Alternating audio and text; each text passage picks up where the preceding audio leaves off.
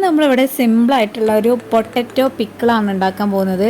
അതിന് വേണ്ടിയിട്ട് ഉരുളക്കിഴങ്ങ് ക്ലീൻ ചെയ്തിട്ട് നന്നായിട്ട് ചെറിയ പീസായിട്ട് ഇങ്ങനെ അരിഞ്ഞു കൊടുക്കുക. നമുക്കിഷ്ടമുള്ള രൂപത്തിൽ അരിയുക.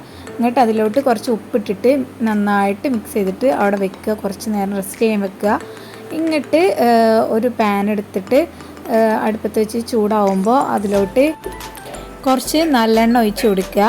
നല്ലെണ്ണ ഇല്ലെങ്കിൽ വെളിച്ചെണ്ണ യൂസ് ചെയ്യാം കേട്ടോ. ഞാനിപ്പോൾ ഇവിടെ സാധാ വെളിച്ചെണ്ണയാണ് ഉപയോഗിച്ചിട്ടുള്ളത്. നല്ലെണ്ണയാണ് അച്ചാറിന് ഏറ്റവും ബെസ്റ്റ്. ഇങ്ങോട്ട് ഈ ഉപ്പ് ചേർത്ത് വെച്ചിട്ടുള്ള ഈ ഉരുളക്കിഴങ്ങ് അതിലോട്ട് ഇട്ട് നന്നായിട്ട് ഫ്രൈ ചെയ്തെടുക്കുക. ഭയങ്കരമായിട്ട് ഫ്രൈ ആവണ്ട, എന്നാലും ഒന്ന് വെന്ത് വരണം.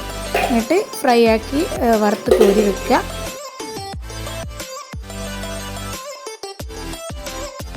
അപ്പോൾ ഞാൻ എല്ലാം ഇതുപോലെ ഫ്രൈ ചെയ്ത് വെച്ചിട്ടുണ്ട്. ഇനി ആ ഓയിലിലോട്ട് തന്നെ നമ്മൾ ഇഞ്ചി ചെറുതായിട്ട് അരിഞ്ഞത്, വെളുത്തുള്ളി ചെറുതായിട്ട് അരിഞ്ഞത്, പച്ചമുളക് ഇതൊക്കെ ചെറുതായിട്ട് അരിഞ്ഞത് ഇട്ട് കൊടുക്കുക. എന്നിട്ട് അതൊന്ന് മൂത്ത് വരുമ്പോൾ അതിലോട്ട് കുറച്ച് മഞ്ഞൾപ്പൊടി, കുറച്ച് ഉലുവ വറുത്ത് പൊടിച്ചത് അതും ചേർത്ത് കൊടുക്കുക. കുറച്ച് കായപ്പൊടി ചേർത്ത് കൊടുക്കുക. ഇതിപ്പോൾ ഞാൻ കായാണ് കേട്ടോ ചേർത്തുകൊണ്ടിരിക്കുന്നത്.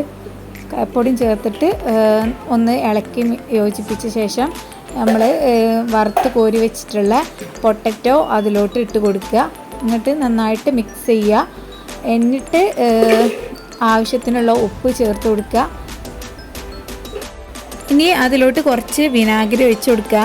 വിനാഗിരി ഒഴിച്ചിട്ട് ഒന്ന് തിള വരുമ്പോൾ ഓഫ് ചെയ്യാം, അല്ലെങ്കിൽ തണുത്ത് കഴിഞ്ഞ ശേഷം വിനാഗിരി ഒഴിച്ച് കൊടുക്കാം.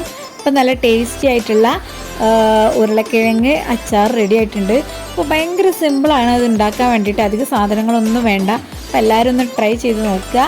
എന്നിട്ട് അഭിപ്രായങ്ങളൊക്കെ കമൻറ്റ് ബോക്സിൽ പറയാം കേട്ടോ.